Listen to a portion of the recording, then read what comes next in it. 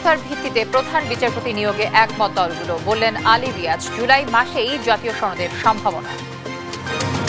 আমরা চেষ্টা করছি জুলাই মাসের মধ্যে যেভাবেই হোক এই জায়গায় একটা যৌক্তিক জায়গায় আসা। বিএনপিকে হেয় করতে সাইবার আক্রমণ হচ্ছে অভিযোগ মির্জা ফখরুলের। সফল হবে না জাতীয়তাবাদী শক্তিকে ধ্বংসের চেষ্টা। আজকে যে প্রচার হচ্ছে, অপপ্রচার হচ্ছে, এর পেছনে কিন্তু একেবারে সুনির্দিষ্ট চক্রান্ত রয়েছে। শাপলা প্রতীক না পেলে রাজনৈতিক লড়াইয়ে যাবে এনসিপি। নৌকা প্রতীক বাদ দেওয়ার প্রস্তাব। হত্যার রাজনীতি বন্ধ চান নাহিদ ইসলাম। মিটফোর্ডে ব্যবসায়ী হত্যায় আরও 2 আসামি গ্রেফতার। বিচার বিভাগীয় তদন্ত চেয়ে রিট। আইন শৃঙ্খলা বাহিনীর শিথিলতা খতিয়ে দেখছে সরকার। আন্তর্জাতিক ট্রাইব্যুনালে শেখ হাসিনা সহ 16 জনের বিরুদ্ধে গুমের অভিযোগ বিএনপির। আবু সাইদ হত্যায় 2 আসামিকে হাজিরের নির্দেশ।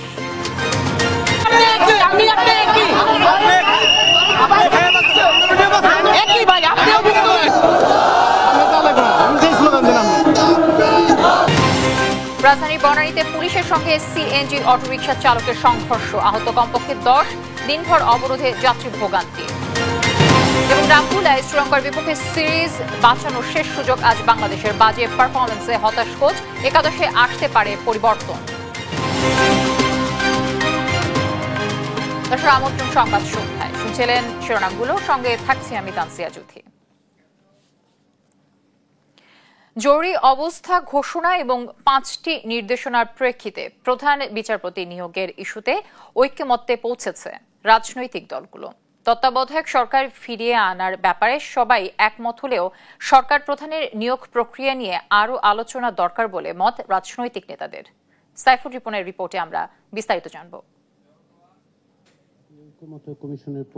রাজধানীর ফরেন সার্ভিস একাডেমিতে জাতীয় ঐকমত্য কমিশনের দ্বিতীয় ধাপের দ্বাদশ বৈঠকের আলোচনার বিষয়বস্তু ছিল জরুরি অবস্থা ঘোষণা, প্রধান বিচারপতি নিয়োগ ও তত্ত্বাবধায়ক সরকার ব্যবস্থা যৌক্তিক সমাপ্তি এবং একটি জাতীয় সনদ তৈরি করা সম্ভব হবে। প্রথমার্ধের আলোচনায় জরুরি অবস্থা ঘোষণা ইস্যুতে ঐকমত্য গড়ে ওঠার তথ্য জানান রাজনৈতিক দলের নেতারা।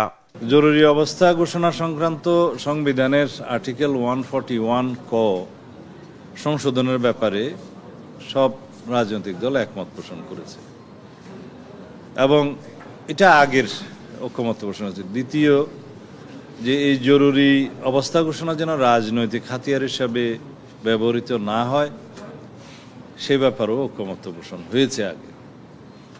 কিন্তু এর প্রেক্ষিতে কি কি পরিবর্তন সংবিধানে আনতে হবে সেই বিষয়গুলোতে আগে বিস্তারিত আলোচনা হয়েছিল, কিন্তু ঐকমত্য আসা যায়নি। আজকে যেটা কনক্লুশনে আসা গেছে, অভ্যন্তরীণ গোলযোগটার পরিবর্তে এখানে স্বাধীনতা, সার্বভৌমত্ব এবং ভৌগোলিক অখণ্ডতার প্রশ্নে এই শব্দটা যোগ হবে এবং একই সাথে প্রাকৃতিক দুর্যোগ ও মহামারী এটাও এখানে যুক্ত হচ্ছে।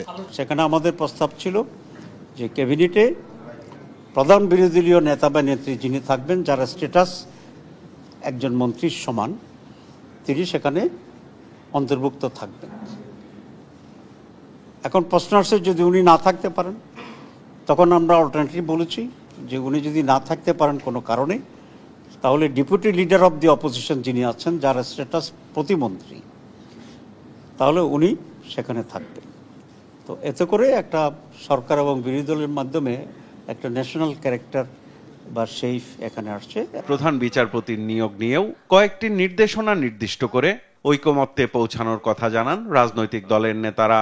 তাদের যে অরিজিনাল প্রস্তাব ছিল, কর্মে প্রবীণতম জ্যেষ্ঠতম বিচারপতিকেই প্রধান বিচারপতি হিসেবে নিয়োগ করা হবে, কিন্তু এখানে একটি ডিসেন্ট ভয়েস দেওয়া হয়েছে যদি কোনো দল তারা ক্ষমতায় গিয়ে ইশতেহারে থাকে, তখন তারা ক্ষমতায় গিয়ে সংবিধান সংশোধনের মাধ্যমে জ্যেষ্ঠ 2 জনের মধ্যে যে কোনো একজনকে প্রধান বিচারপতি হিসেবে নিয়োগ দেওয়ার বিধান সংযুক্ত করতে পারবেন। কিছুটা অ্যাকোমোডেট করেই আমরা সবাই একমত হয়েছি। এখন প্রথম কথা হচ্ছে যে জ্যেষ্ঠতম যিনি, তাকে নিয়োগ দেওয়া হবে, ফুল স্টপ। সেকেন্ড, কোনো কারণে যারা ক্ষমতাসীন থাকবেন তারা যদি ফিল করে, তাহলে 2-এর একজনকে করার প্রভিশন থাকবে, তবে এটা সংবিধান সংশোধন করে করতে হবে।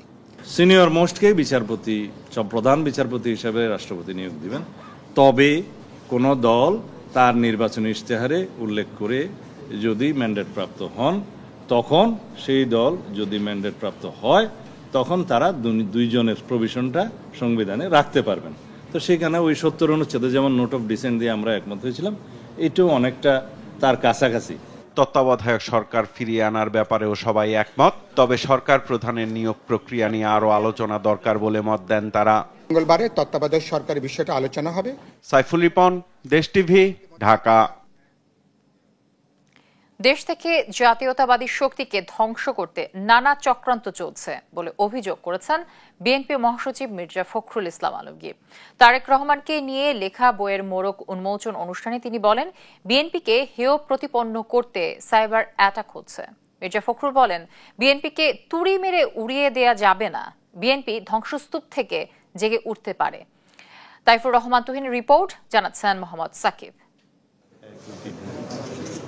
রাজধানীর একটি হোটেলে Tarek Rahman the hope of Bangladesh বইয়ের মোড়ক উন্মোচন অনুষ্ঠান। এতে অংশ নিয়ে বক্তারা তারেক রহমানের রাজনৈতিক প্রজ্ঞা, গণতন্ত্র ও সার্বভৌমত্ব রক্ষায় তার অবদানের কথা তুলে ধরেন। দল এবং আমাদের প্রিয় দেশের জন্য তার যে অসংখ্য ত্যাগ, সেটি স্বীকৃতি না দিলে গুরুতর অবিচার করা হবে ওনার প্রতি। কিভাবে মানবাধিকার লঙ্ঘন এবং বাক স্বাধীনতা হরণের শিকার হয়েছেন আমাদের এই নেতা এবং তার সমগ্র পরিবার। আমরা হিউম্যান রাইটস ভায়োলেশনস এর কথা বলি, সারা বাংলাদেশে যে রাইটস ভায়োলেশনস হয়েছে তার একটা বড় প্রতিবিম্ব আমাদের নেতা জনাব তারেক রহমান। প্রধান অতিথির বক্তব্যে বিএনপির মহাসচিব মির্জা ফখরুল ইসলাম আলমগীর অভিযোগ করেন, জাতীয়তাবাদী শক্তিকে ধ্বংস করার জন্য চলছে নানা চক্রান্ত। এখন একটা কিন্তু মারাত্মক রকমের একটা বড় রকমের আক্রমণের শিকার আমরা হয়েছি। সাইবার অ্যাটাক হয়েছে আমাদের উপরে। চতুর্দিক থেকে একটা পরিকল্পিতভাবে বিএনপিকে হেয় প্রতিপন্ন করবার জন্য, বিএনপিকে উড়িয়ে দেওয়ার জন্য, এবং সবচেয়ে মারাত্মক যেটা, ফর দ্য ফার্স্ট টাইম এবার আমাদের নেতা তারেক সাহেবের উপরে আক্রমণ হয়েছে। বিএনপিকে নিয়ে সোশ্যাল মিডিয়ায় নানা প্রোপাগান্ডা ছড়ানো হচ্ছে, চলছে সাইবার অ্যাটাক। এই প্ল্যাটফর্মে জাতীয়তাবাদী অ্যাক্টিভিস্টদের আরো সোচ্চার হওয়ার আহ্বান জানান মির্জা ফখরুল। আমাদেরকে সোশ্যাল মিডিয়া প্রচন্ডভাবে প্রভাবিত করছে। আমাদের মোহাম্মদ সাকিব, দেশ টিভি, ঢাকা। নির্বাচন কমিশনের প্রতীকের তালিকা থেকে নৌকা বাদ দেওয়ার দাবি জানিয়েছেন জাতীয় নাগরিক পার্টি এনসিপি নেতারা। একই সঙ্গে এনসিপিকে শাপলা প্রতীক দেয়া না হলে রাজনৈতিক লড়াইয়ের ঘোষণা দেন। রোববার রাজধানীর আগারগাঁও নির্বাচন ভবনে সিইসির সঙ্গে বৈঠক শেষে সাংবাদিকদের এসব কথা বলেন তারা। শাপলা প্রতীক ছাড়া কোনো অপশন নেই বলেও জানান নেতারা। শিউলি রায়ের রিপোর্ট। রাজধানী আগারগাঁয়ে নির্বাচন কমিশন সচিবালয়ে প্রধান নির্বাচন কমিশনার এএমএম নাসরুদ্দিনের সঙ্গে প্রায় 2 ঘণ্টা বৈঠক করেন জাতীয় নাগরিক পার্টি এনসিপির নেতা নাসরুদ্দিন পাটোয়ারি, সার্জিস আলম, হাসনাত আব্দুল্লাহ সহ 5 সদস্যের প্রতিনিধি দল। বৈঠক শেষে সাংবাদিকদের সঙ্গে কথা বলেন এনসিপির যুগ্ম সদস্য সচিব অ্যাডভোকেট জহিরুল ইসলাম। তিনি বলেন, আওয়ামী লীগের নিবন্ধন স্থগিত থাকায় দলটির প্রতীক নৌকার তালিকা থেকে বাতিলের সুপারিশ করেছেন তারা। তাদের স্থগিত থাকা অবস্থায়ও তাদের যে প্রতীক ছিল নৌকা, সে নৌকাকে কিন্তু এখনো তালিকা থেকে বাদ দেওয়া হয়নি। তো আমরা এই বিষয়টি কমিশনের নজরে এনেছি যে আইনগতভাবে আপনারা নৌকাকে এই যে তালিকা, এই তালিকার ভিতরে রাখতে পারেন না যতক্ষণ না এটি সরকার তাদের এই আওয়ামী লীগের উপরে যে সাময়িক নিষেধাজ্ঞা আছে সেটি তুলে নেয়, অথবা আদালতের মাধ্যমে অন্য কোনো নির্দেশনা আছে। তিনি আরো বলেন, নতুন করে শাপলা প্রতীক চেয়ে আবেদন করেছে এনসিপি। এই প্রতীক পেতে আইনি কোনো বাধা নেই। আইনগত এটার কোনো বাধা শাপলাকে নির্বাচনী প্রতীক হিসাবে রাখার ক্ষেত্রে নাই। সেক্ষেত্রে আমরা নতুন একটি দরখাস্ত আজকে নির্বাচন কমিশনে জমা দিয়েছি যে শাপলাকে আগে এই প্রতীক হিসাবে তালিকায় অন্তর্ভুক্ত করা, এবং জাতীয় নাগরিক পার্টি যদি নিবন্ধনের শর্ত পূরণ করতে পারে তখন যেন আমাদেরকে এটি বরাদ্দ দেওয়া হয়। এই সময় ইসি দলীয় মুখপাত্র হিসেবে কাজ করছে বলে অভিযোগ করেন নাসরুদ্দিন পাটোয়ারি। এছাড়াও তিনি বলেন, শাপলা প্রতীক পেতে বাধা দিলে রাজনৈতিকভাবে তা মোকাবেলা করা হবে। আমরা তো নির্বাচনের আগে ইসি পুনর্গঠন করতে হবে, এটা স্ট্রেইট ফরওয়ার্ড, কোনো ব্যক্তি আকারে নয়। কিন্তু ইসি পুনর্গঠন করবে অনেকে তাদের ব্যক্তি জায়গা থেকে একটা দলীয় মুখপাত্র হিসাবে কাজ করছেন। আমাদের শাপলার কোনো বিকল্প অপশন নাই, কারণ লিগ্যাল ওয়েতে আমরা দেখেছি আইনগতভাবে শাপলা পেতে আমাদের কোনো বাধা নেই। যদি বাধা দেওয়া হয় সেটা আমরা রাজনৈতিকভাবে লড়াই করব। গেল 22 জুন এনসিপির দলীয় নিবন্ধনে আবেদনের নিজেদের প্রতীক হিসেবে পছন্দের শীর্ষের তালিকায় রাখে শাপলাকে। তার আগে মাহমুদুর রহমানের নেতৃত্বে নাগরিক ঐক্যেরও একই প্রতীক চায়। দুটি দলই শাপলার প্রতীক নিয়ে একাধিকবার বৈঠক করে ইসির সঙ্গে। শিউলি রায়, দেশ টিভি, ঢাকা। সংস্কার, বিচার এবং নতুন সংবিধানের মাধ্যমে দেশকে পুনর্গঠন করা হবে বলে জানিয়েছেন জাতীয় নাগরিক পার্টি এনসিপির আহ্বায়ক নাহিদ ইসলাম। রোববার পিরোজপুরে জুলাই পদযাত্রার পথসভায় এসব কথা বলেন তিনি। খুন, গুম, দখলদারিত্ব ও ক্ষমতা দখলের রাজনীতি সহ্য করা হবে না বলেও হুঁশিয়ারি দেন তিনি। সহকর্মী জালিস মাহমুদের তথ্য ও ছবিতে বিস্তারিত জানাচ্ছেন আব্দুল্লাহ আল মারুফ। বৈরী আবহাওয়া উপেক্ষা করে জুলাই পদযাত্রার মাসব্যাপী কর্মসূচির অংশ হিসেবে রোববার পিরোজপুর অনুষ্ঠিত হয় জাতীয় নাগরিক পার্টি এনসিপির পথসভা। এ সময় এনসিপির আহ্বায়ক নাহিদ ইসলাম বলেন, গণ অভ্যুত্থানের পরও চাঁদাবাজ দখলবাজদের অত্যাচারে ক্ষুদ্র ব্যবসায়ীরা অতিষ্ঠ। আমরা কেউ আশা করি নাই যে পিরোজপুরে মাদক কারবারি থাকবে, আমরা কেউ আশা করি নাই পিরোজপুরে চাঁদাবাজ দখলদার থাকবে। আমাদের ক্ষুদ্র বাজারি ব্যবসায়ীরা এই চাঁদাবাজদের অত্যাচারে তারা ব্যবসা করতে পারতেছে না। সংস্কার, বিচার এবং নতুন সংবিধানের মাধ্যমে দেশকে পুনর্গঠন করা হবে বলেও জানান নাহিদ। সংস্কার, বিচার, নতুন সংবিধানের মাধ্যমে আমরা দেশটাকে পুনর্গঠন করব। দেশের অর্থনীতি, দেশের সংস্কৃতি সবকিছুকে আমরা নতুন করে ঢেলে সাজাবো। আমরা তার জন্য এখন লড়াই করতেছি। এ সময় এনসিপির সদস্য সচিব আখতার হোসেন, সিনিয়র মুখ্য সমন্বয়ক নাসির উদ্দিন পাটোয়ারি, সিনিয়র যুগ্ম সদস্য সচিব সামান্তা শারমিন, তাসনিম জারা সহ অন্যান্য নেতারা উপস্থিত ছিলেন। আব্দুল্লাহ আল মারুফ, নিউজ ডেস্ক, দেশ টিভি। ব্যবসায়ী সোহাগ হত্যায় থমথমে অবস্থা পুরান ঢাকার মিডফোর্ড এলাকায়। হাসপাতালের নিরাপত্তা না থাকায় হাসপাতালের শাটডাউন ঘোষণা করেছে শিক্ষার্থীরা। এদিকে ব্যবসায়ীকে হত্যার ঘটনায় আরও 2 জনকে গ্রেফতার করেছে আইনশৃঙ্খলা বাহিনী। বিচার বিভাগীয় তদন্ত চেয়ে হাইকোর্টে রিট আবেদনও হয়েছে। তন্দ্রা তারুণের রিপোর্ট। ব্যবসায়ী সোহাগ হত্যাকাণ্ডের পর রাজধানীর পুরান ঢাকার মিডফোর্ড এলাকায় এখনো আতঙ্ক কাটেনি। হাসপাতালে নিরাপত্তাহীনতায় ভুগছে শিক্ষার্থীরা। এ নিয়ে বিক্ষোভ করে হাসপাতাল শাটডাউন করার ঘোষণা দেন তারা। রোববার সকালে মিডফোর্ড হাসপাতালের সামনে অবৈধ স্থাপনা উচ্ছেদ করেছে লালবাগ বিভাগের ট্রাফিক পুলিশ। মেডিকেলের শিক্ষার্থীদের নিরাপত্তায় এই উদ্যোগ নেওয়া হয়। সেই সঙ্গে হাসপাতালের 2 নম্বর গেট এখন থেকে বন্ধ থাকবে। এদিকে সোহাগ হত্যার ঘটনায় গ্রেপ্তার অভিযান অব্যাহত রেখেছে পুলিশ। রাজীব ও সজীব নামের 2 জনকে নেত্রকোনা থেকে গ্রেপ্তার করে ডিবি। পরে তাদের কোতোয়ালি থানায় হস্তান্তর করা হয়। এ নিয়ে মোট 7 জনকে গ্রেপ্তার করেছে আইনশৃঙ্খলা বাহিনী। ব্যবসায়ী সোহাগ হত্যার ঘটনা তদন্তে উচ্চ ক্ষমতা সম্পন্ন বিচারিক কমিশন গঠনের নির্দেশনা চেয়ে রিট করা হয়েছে। সুপ্রিম কোর্টের আইনজীবী ইউনুস আলী আকন হাইকোর্টের সংশ্লিষ্ট শাখায় এই রিট করেন। সারা দেশে চাঁদাবাজি বন্ধ ও হত্যার বিচারের দাবিতে বিক্ষোভ করেছে ঢাকা কলেজের শিক্ষার্থীরা। ক্যাম্পাসের মূল ফটকের সামনে থেকে মিছিল নিয়ে বের হয়ে সায়েন্স ল্যাব ঘুরে আবারও একই স্থানে এসে যা শেষ হয়। ছাত্র সমাজের কাছে কোনো অন্যায়ের ঠাঁই নাই নাই নাই। ছাত্র জনতা কোনো রাজনৈতিক দলকে ভয় পায় না, আমরা কোনো রাজনৈতিক দলকে ভয় পাই না। এখনো সময় আছে। যারা দেশ অরাজকতা শুরু করেছে, সে যে দলই হোক, বিএনপি, শিবির, এনসিপি, আপনারা ভীত হন, আপনার ইতিহাস থেকে ভীত হন। এছাড়াও দেশের সমসাময়িক বিষয়ে আনসার সদর দপ্তরে সংবাদ সম্মেলন করেন বাহিনীর মহাপরিচালক মেজর জেনারেল আব্দুল মোতালেব সাজ্জাদ মাহমুদ। সোহাগ হত্যার বিষয় বলেন, হত্যাকাণ্ডের সময় ওই এলাকায় কোনো আনসার সদস্য ডিউটিতে ছিলেন না। ওখানে আমাদের আনসারের তো কোনো ব্যত্যয়ের কোনো সুযোগই নাই। আমি ওখানে ডিউটি নাই, how can I make someone responsible? And it is not area defence. আমি যেটা বললাম, এরিয়া প্রোটেকশন তো না। It is not area protection, it goes based on the roster, যে কে কোথায় দাঁড়াবে এটা পুরো হাসপাতালের ডিউটি রোস্টারে ফিক্স করা আছে। আমাদের গেটে ছিল 2টা পর্যন্ত ডিউটি, ঘটনা হয়েছে বিকালে 5টার পরে। ওই সময় তো ওই জায়গায় নাই লোক। Then how can you make a ব্যত্যয়? How can you make a someone responsible? Anyone who is with the uniform supposed to react. But সেই রিয়াকশনের তো সুযোগ আলটিমেটলি পায় নাই, কারণ পাশেই সে যখন চলে গেছে হসপিটালের ডিরেক্টর বলছে ওকে ফরগেট ইট, বিকজ এই ধরনের ঘটনা তো ওনারা আগে দেখছে। আনসারকে শাড়ি ও চুড়ি দেওয়ার বিষয় নিয়েও মন্তব্য করেন তিনি। তন্দ্রা তারুণ্য, দেশ টিভি, ঢাকা। বিএনপির চাঁদার বলি ব্যবসায়ী সোহাগ এমন সংবাদের জেরে আগামী 5 দিনের মধ্যে যুগান্তর সম্পাদককে ক্ষমা চাইতে আইনি নোটিশ পাঠিয়েছেন বিএনপির আইন সম্পাদক ব্যারিস্টার কায়সার কামাল। রবিবার দুপুরে সাংবাদিকদের সঙ্গে এক ব্রিফিংয়ে এসব কথা বলেন তিনি।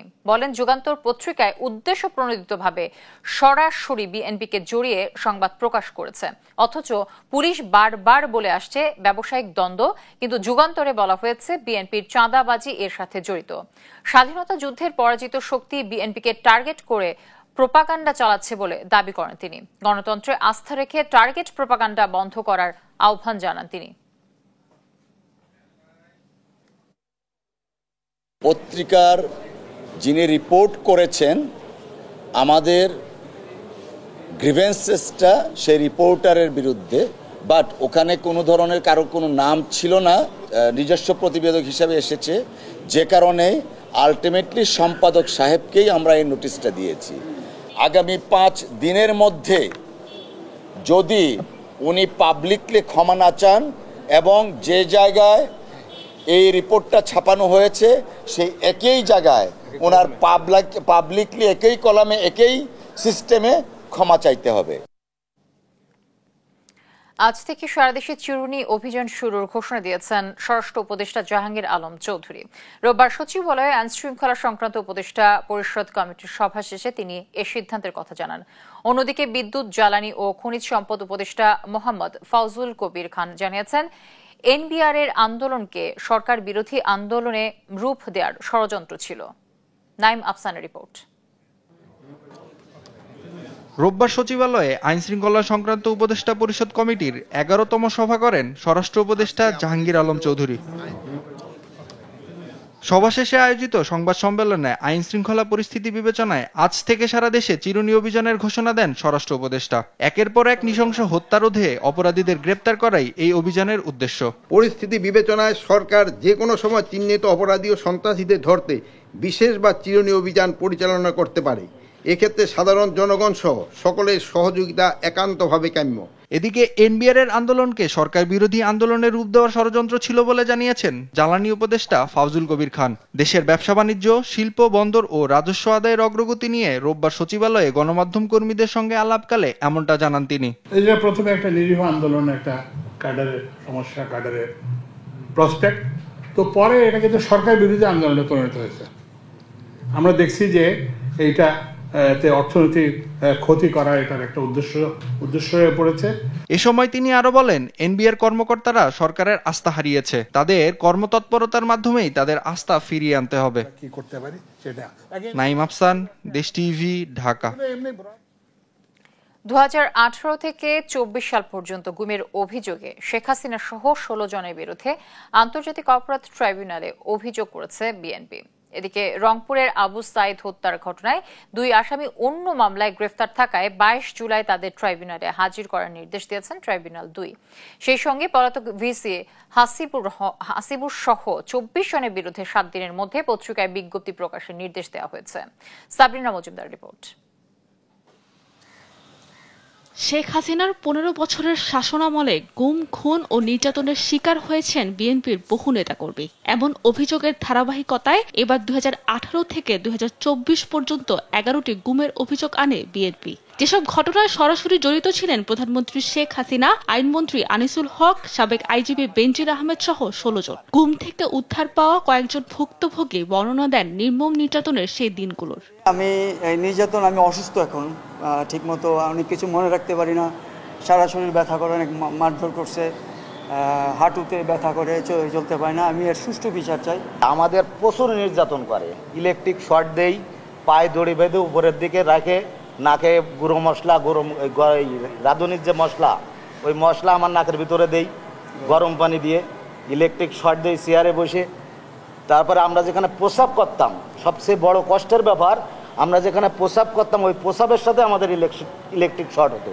বিএনপির জাতীয় নির্বাহী কমিটির সদস্য সালাউদ্দিন খান জানান, শুধু বিএনপি করার অপরাধে তাদের দলের বহু নেতাকর্মী গুম ও নির্যাতনের শিকার হয়েছেন। পেশিবাদ সরকারের বিরুদ্ধে আন্দোলন করতে না পারে, মিছিল করতে না পারে, সমাবেশ করতে না পারে, এই কারণেই তাদেরকে এই অপহরণ করেছিল।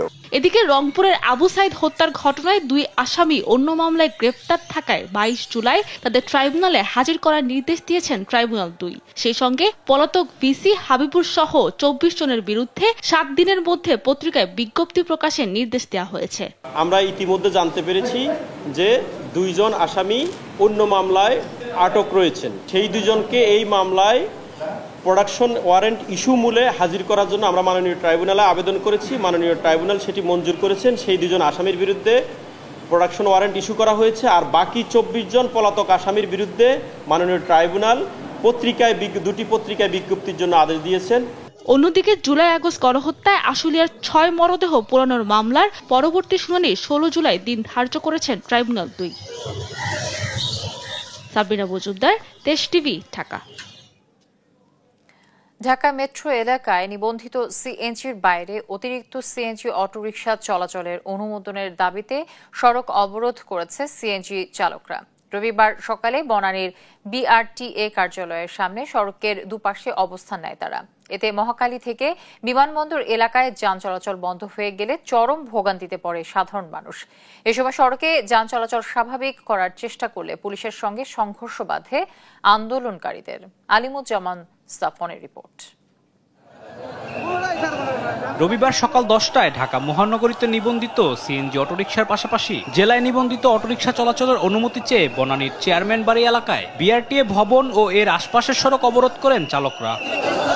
ঘণ্টার পর ঘণ্টা সড়কে যান চলাচল থমকে যাওয়ায় চরম ভোগান্তিতে পড়ে সাধারণ মানুষ।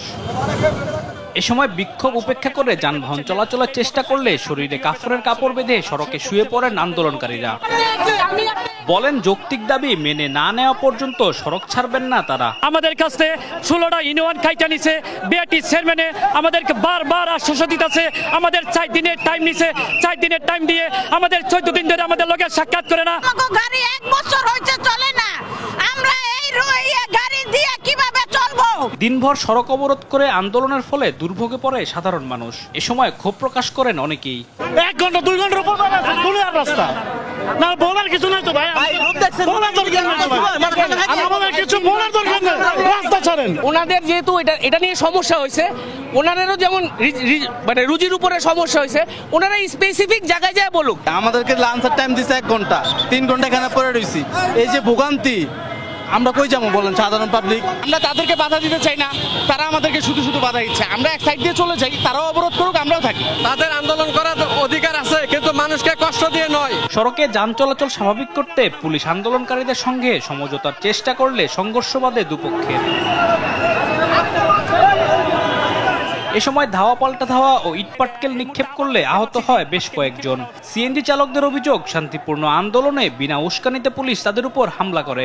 পুলিশ আমাদেরকে উচ্ছেদ করতে চাইলো, ওরা আমাদেরকে লাঠিচার্জ করলো। পুলিশে বাড়ি দিছে মাথা, শুধু আমরা ঠেকাইছিলাম, কোনো কিছু করি না, আমরা মারি নাই, মারামারি করতে যাই না, আমরা ঠেকাইছি। আমি আসতেছিলাম, আমার বলে কি এখান থেকে চাপ, আমি বলছি কি একটু দাঁড়ান, বাচ্চাটারে উঠায় নেই। এই কথা বললে আমার বাচ্চাটার আমি এভাবে উঠাই দেখেছি, ও আমাকে ঠাস করে একটা থাপ্পড় দিয়া পালাই দিছে। পরে সড়ক ছেড়ে যায় সিএনজি অটোরিকশা চালকরা, স্বাভাবিক হয় যান চলাচল।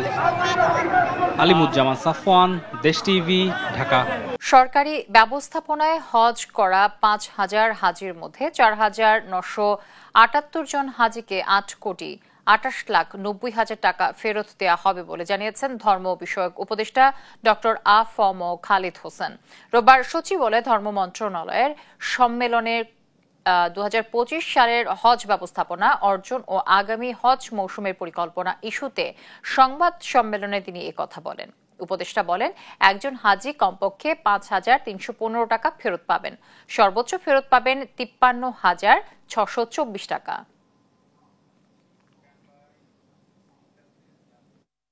খাবার কাছে, অনতি দূরে এবং সাশ্রয়ী মূল্য, ফ্যাসিলিটিস বেশি, ভাড়াটা কম, নেগোসিয়েশন করে আমরা বাড়িগুলো কিনেছি। এতে কিছু টাকা আমাদের সারপ্লাস রয়ে গেছে এবং একজন হাজি কমপক্ষে 5,315 টাকা ফেরত পাবেন। সর্বোচ্চ ফেরত পাবেন 53,642 টাকা।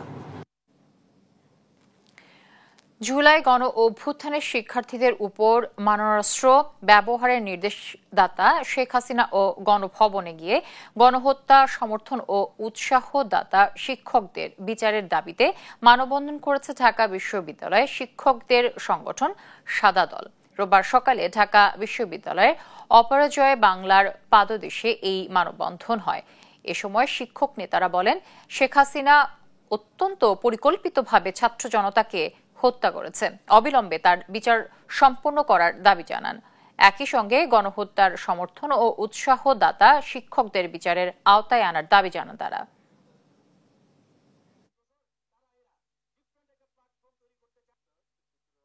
3 আগস্ট যারা সেখানে উপস্থিত ছিল তাদেরকে চিহ্নিত করে তাদের বিশ্ববিদ্যালয়ের প্রচলিত আইন অনুযায়ী তাদের বিরুদ্ধে ব্যবস্থা গ্রহণ করা হোক। আজকে মানববন্ধন থেকে এই সকল ফ্যাসিস্ট এবং তাদের দোসর যারা রয়েছে তাদের যথাযথ বিচারের দাবি জানাচ্ছি। খুনি হাসিনার বিচার এবং তার সহযোগী ঢাকা বিশ্ববিদ্যালয়ের শিক্ষকদের আমি বিচার দাবি করছি।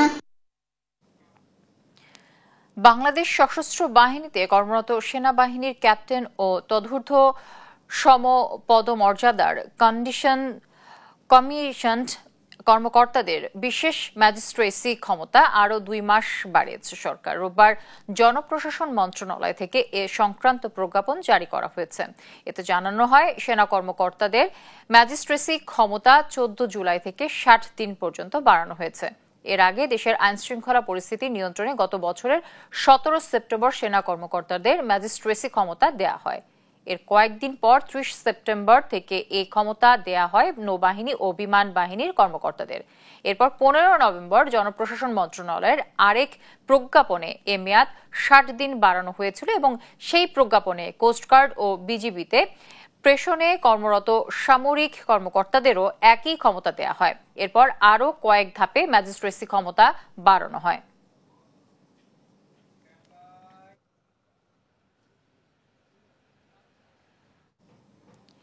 টঙ্গীর আব্দুল্লাপুর এলাকায় ছুরিকাঘাতে বিশ্ববিদ্যালয়ের শিক্ষার্থী মাহফুজ নিহতের ঘটনায় ছিনতাইকারী চক্রের 4 সদস্যকে আটক করেছে র্যাব। রোববার সকালে র্যাব 1 এর সদর দপ্তরে সংবাদ সম্মেলনে মেজর মোহাম্মদ আহনাফ জানান, চোরাই মার্কেটে বিক্রি হওয়া মোবাইল ফোনের সূত্র ধরে রাকিব নামে এক চোরাই মোবাইল ব্যবসায়ীকে গ্রেফতার করা হয়।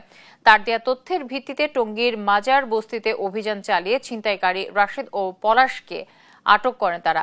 এ সময় তাদের কাছ থেকে হত্যাকাণ্ডের ব্যবহৃত ছুরি উদ্ধার করা হয়। তিনি বলেন, চিহ্নিত ছিনতাইকারী ও আসামিদের বারবার গ্রেফতার করা হলেও আইনের ফাঁক ফোকরে জামিনে বেরিয়ে যান তারা।